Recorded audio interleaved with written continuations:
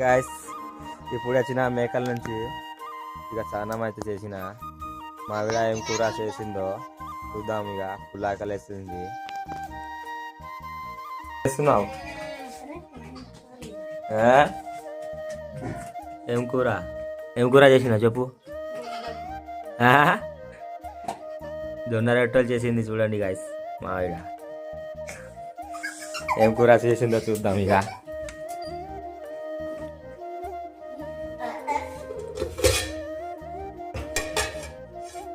ఏం కూర ఇది? ఆలుగడ్డ చేసింది. ఇంకా రైస్ అయితే పొద్దుంది రైస్ ఇది.